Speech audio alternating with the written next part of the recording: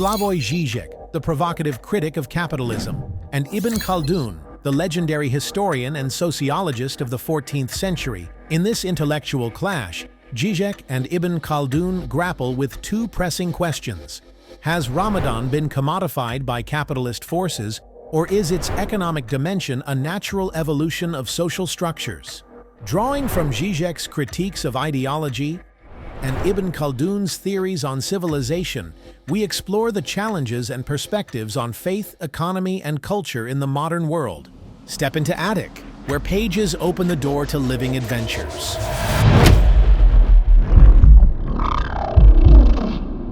Gentlemen, today we discuss the transformation of Ramadan. Has it become a tool of capitalist consumerism, as Professor Žižek argues, or is it simply the natural evolution of social and economic structures, as Ibn Khaldun might suggest?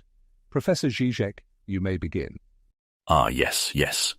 First, let me thank our esteemed Ibn Khaldun for appearing, though I suspect he might not approve of my ideological excesses, no?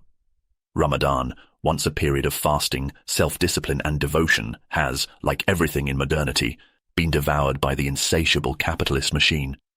Observe what happens today.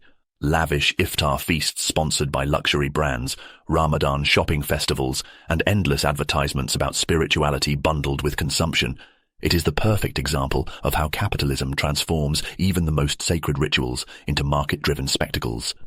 Professor Žižek, you analyze this matter as if societies have no historical precedent for such transformations. But this is not new. Ramadan has always been interwoven with economic activity. Even in the 14th century, when I observed various civilizations, I saw how religious festivals influenced trade, social cohesion, and economic cycles. What you call commodification is simply the organic evolution of human habits and economies. But there is a crucial difference. In your time, economic activity was a necessary byproduct of religious festivals. Today, the logic is reversed. The market dictates how Ramadan is experienced. Let us not pretend that what we see today is an organic progression. It is pure ideological capture. Muslims are led to believe that consuming more, buying extravagant iftar meals, shopping for special Ramadan deals is part of the religious experience. It's like Karl Marx said, capitalism takes real human relationships and distorts them into monetary exchanges. You speak of distortion, but what if this is simply adaptation? A Bedouin society celebrates Ramadan differently from an urbanized civilization. In my time, cities such as Cairo and Damascus saw an increase in trade during Ramadan, with merchants preparing special goods for the occasion. The economic growth did not undermine religious devotion. It complemented it. The real question is, does modern economic activity enhance or erode the spirit of Ramadan? That, my dear professor, is where your argument requires further scrutiny. Enhance? My dear Khaldun, let me be clear. The spirit of Ramadan today is dictated by profit. Consider how corporations use the language of piety to increase consumption. Buy more, give more, be a better Muslim. The neoliberal order is brilliant at co-opting resistance. Ramadan should, in theory, be a moment of ascetic resistance against materialism.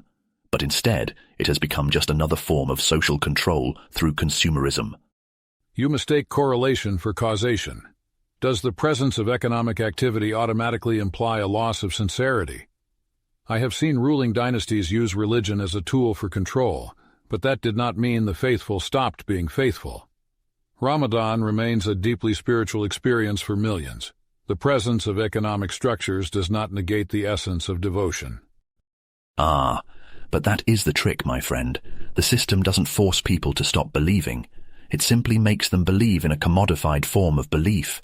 Ramadan, instead of challenging the materialist order, now serves to reinforce it. Think of how Islamic banking operates, repackaging capitalist logic in religious terms. It's like when McDonald's sells a Ramadan special meal. Suddenly, breaking your fast with a McChicken is part of the religious experience. This is ideology at its finest. You have a gift for provocation, Professor Žižek. But consider this. Economic structures are always shaped by the civilizations they operate within. Ramadan today reflects the social order of contemporary societies. The urbanization and globalization of Muslim communities naturally bring changes. However, to claim that this economic shift controls religious experience is to overestimate the power of capitalism and underestimate the resilience of faith. You argue that faith can survive within a capitalist framework, that religious practice adapts rather than erodes. But I say capitalism does not merely accommodate religion, it redefines it. Look at how charity functions during Ramadan. It becomes performative, a transaction, donate X amount and feel pious. Rather than fostering genuine solidarity, it is structured as a moral obligation fulfilled through financial means. And yet, even in my time, rulers used public charity to reinforce their legitimacy. The Mamluks, the Ottomans, all engaged in grand charitable works during Ramadan. Did this invalidate the act of charity itself? No, it merely shaped the ways in which piety was expressed. Fine, but then let me ask, can Ramadan ever truly escape capitalism's grip? Because in the end, we agree on one thing. Capitalism absorbs everything, even its supposed critiques. And yet human societies persist, Professor. The forms change, but the essence remains. Ramadan has adapted across centuries and will continue to evolve. The challenge is not to resist economic transformation, but to ensure that spiritual integrity is maintained within it. An electrifying discussion. It seems we have reached an impasse. Is Ramadan's economic transformation a necessary adaptation or a fundamental corruption? Our audience shall decide. Thank you both for your insights.